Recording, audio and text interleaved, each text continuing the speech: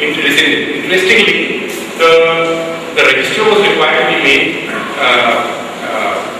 It's a very interesting aside from the history. And the lodge was required to find a return of who attended the meeting after every meeting, actually during every meeting. So when the senior deacon awaits the return of the junior deacon goes out and submits the return and comes back. So that was the reason why he would await the return of the junior deacon. He would go out of the lodge, submit the return after the lodge has been tied and come back. And meanwhile the senior deacon would continue to do the work for the junior deacon. Just an important aside that I wanted to share. So as I said, worldwide recognition map is impossible, reciprocal recognition, and then to confuse it further. The jurisdiction that we often talk about is not confined to territory. As you know that English masonry still exists in India, Irish also exists in India, Scottish still exists in India. There are countries where there will be an overlapping jurisdiction. Number one reason is historical reason. English masonry came to India first, so it has continued to be in India. There could be other reasons like a grand law. There are two parallel competing grand laws coming up in a region. One not being recognized. Just give you an example. One not being recognized, the other being recognized because it was not following the landmarks of the order. And later, the grand law decided to fulfill the criteria laid down for recognition and was also granted recognition. So there would be suddenly two parallel grand laws. This has happened many times in the past. So there are lots of overlapping jurisdictions. So when I say English masonry, when I say United Grandlaws of England, it does not mean confined to England alone. There could be extra-territorial jurisdiction also for lots of grand lodges, and that makes it interesting, that makes it confusing further. And the question of, closely linked to the question of recognition is the question of female Freemasonry. Well, the moment most of us are asked why females are not eligible to become Freemasons, we do have our set of answers. But let me tell you, this is taking from in my point of view, taking a slightly narrow view. There are in existence flourishing female Freemasonry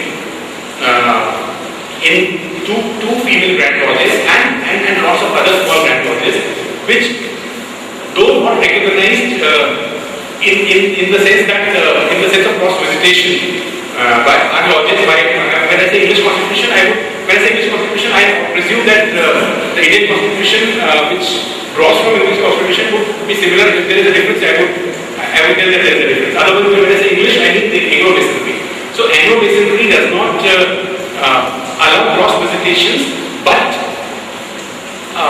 way back in 1999, the United Grandlaws of England admitted of the existence of perfect and regular female Freemasonry. I mean, I quote from them.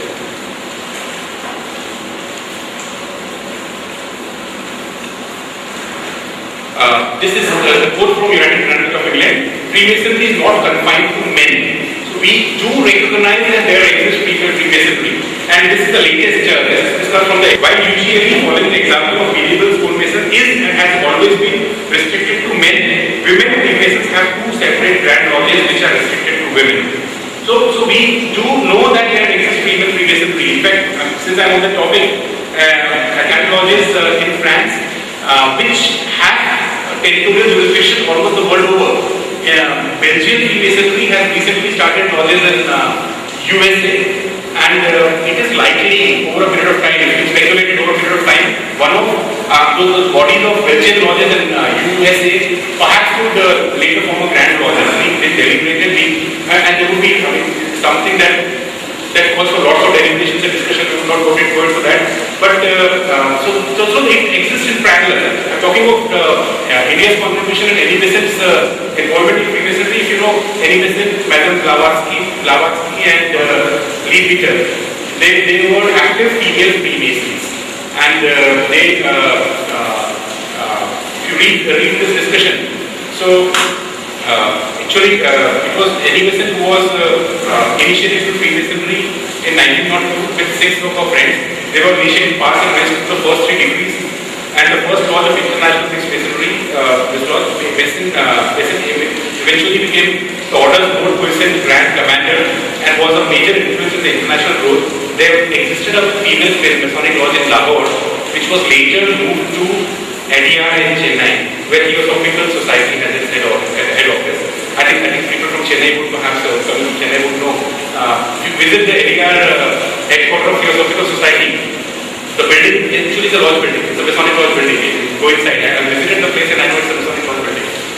Where female basically existed, I do not know the present status of whether it exists or not, but it certainly existed at that point in time. The headquarters was moved from Rawal to Chennai. So again, we do not recognize it in the sense because English Freemasonry, the Anglo Freemasonry has always been an organization of men. But the fact that UGAD saying in 1999 that there is a regular female Freemasonry also means that there is no reason to call them irregular. That is not recognized by us. That's it. And now since we are doing, I can talk about other variations also. So, to depend upon following certain landmarks of the order. Landmarks of the order, incidentally, we know have not been defined, and different grand lodges may have different ways of recognizing the grand lodge. Take up from certain published sources the number of landmarks that different grand lodges have prescribed. So, 10, 39, 54, 7, 25, and so on. So, every grand lodge has its own criteria. That again makes it very, very confusing. That makes it very difficult for us to understand. So, but it exists. But one thing is sure, what it follows is final decision. Nobody can interfere in the decision. My grand lodge, the grand lodge which each grand lodge decides what norms to follow and would strictly adhere to the norms that it has been following. So when it comes to regularity, a lodge is said to be regular when it is in regular, Masonic interaction with your lodge. So it does not mean that irregular, when we say irregular, regular, it means regular, but it may not be recognized or regular as far as my background is concerned. So we have to be clear about that aspect. And when we talk about regularity, I can think of one other aspect. The Orient rank, some of us have definitely kept track of the development. The French Freemasonry, as we call it, the Oriental Freemasonry, as we call it, has been in all most part and the chief difference between the Oriental Masonry, it all started in I think 1886. I think it's like off the mark around end of the 19th century. I will give you the exact year when you come to that slide. From regular French Masonry or the Oriental, as we call it, the continental Masonry, sorry, I used the wrong term. The continental Masonry had been following the same method of recognition, same landmark, same thing as English Masonry. In 1886, around 1886, I mean, slightly off the mark, the continental Masonry, I say Oriental because it's called Grand Oriental, not just Grand Oriental, it's not Oriental Masonry. The continental fundamental landmark of the order, the belief in supreme being. Again, I'm coming to that. I told you I insisted upon sometimes at the end of 19th century, exactly, in the continental Freemasonry, and that was a major point of departure between English and the French Freemasonry, where they decided. So in English, in French lodges, I would call them French lodges, and I would call them Anglo lodges. In French lodges, insistence on volume of sacred law or taking a oath on the volume of sacred law or the belief in supreme being does not exist. There are certain variations of this order where a lodge would keep a blank set of volume of sacred law. Again, I'm revisiting the topic. A blank, a book, a bound book with blank pages inside. Anglo Masonry does not recognize that. It says if